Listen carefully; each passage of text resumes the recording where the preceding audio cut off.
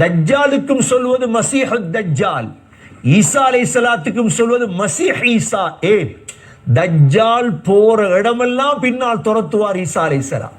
எப்படி ஏறினார்களோ அதே போன்று தமஸ்கஸிலே இறங்குவார்கள்.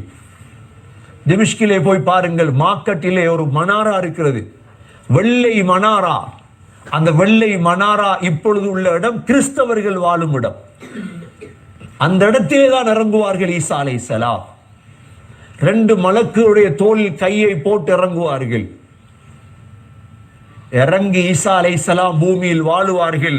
நபி அவர்கள் சொன்னார்கள், மரியமுடைய மகன் ஈசா இறங்கும் வரை உலகம் அழியாது.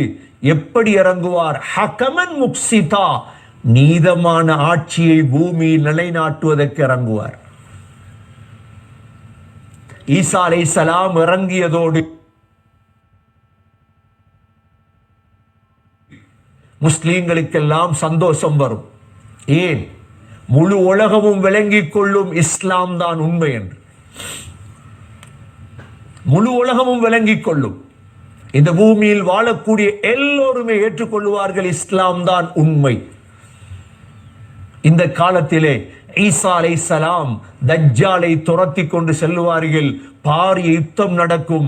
முஸ்லிம்களின் தலைவராக ஈசா அலைஹிஸ்ஸலாமும் யகூதிகளின் தலைவராக தஜ்ஜாலும் இருப்பான். கடைசி யுத்தம் நடக்கும். பலஸ்தீனிலே பாபுல் லுத் என்ற வாசல், பாபுல் லுத் என்ற இடத்திலேதான் கடைசி யுத்தம் முடிவுக்கு வரும். ஈசா அலைஹிஸ்ஸலாத்தை கண்ட தஜ்ஜால் உப்பு கரைவதை போன்று கரைவான்.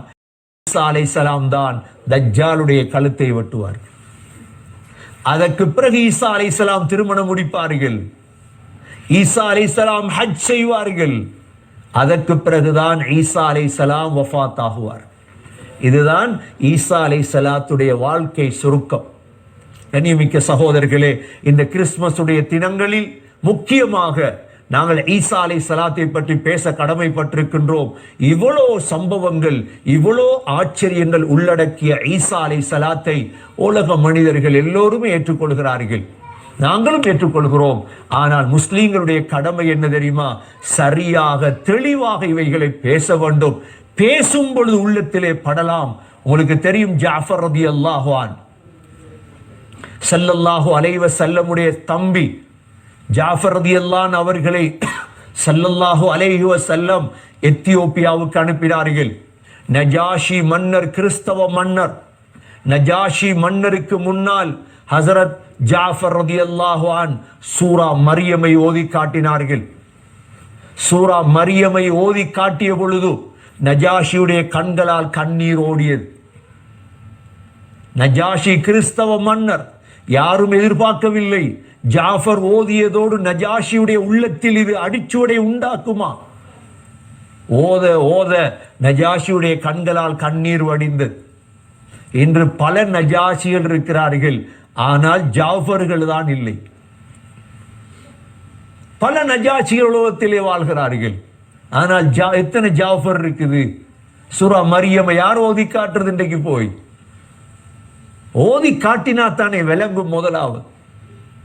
ஆகவே கண்ணியமிக்க சகோதரர்களே, ஜாஃபர் ரலியல்லாஹு அன்ஹு எவ்வாறு நஜாஷியிடம் ஓதி காட்டினார்களோ அது போன்று நாங்களும் ஒரு ஜாஃபராக மாறி, பல நண்பர்கள் இருக்கிறார்கள், பல சகோதரர்கள் இருக்கிறார்கள், தெரியாமல் ஓதி காட்டும் பொழுது அல்லாஹ் ஹிதாயத்தை கொடுக்கலாம், அல்லாஹ் நேர்வழியை கொடுக்கலாம்.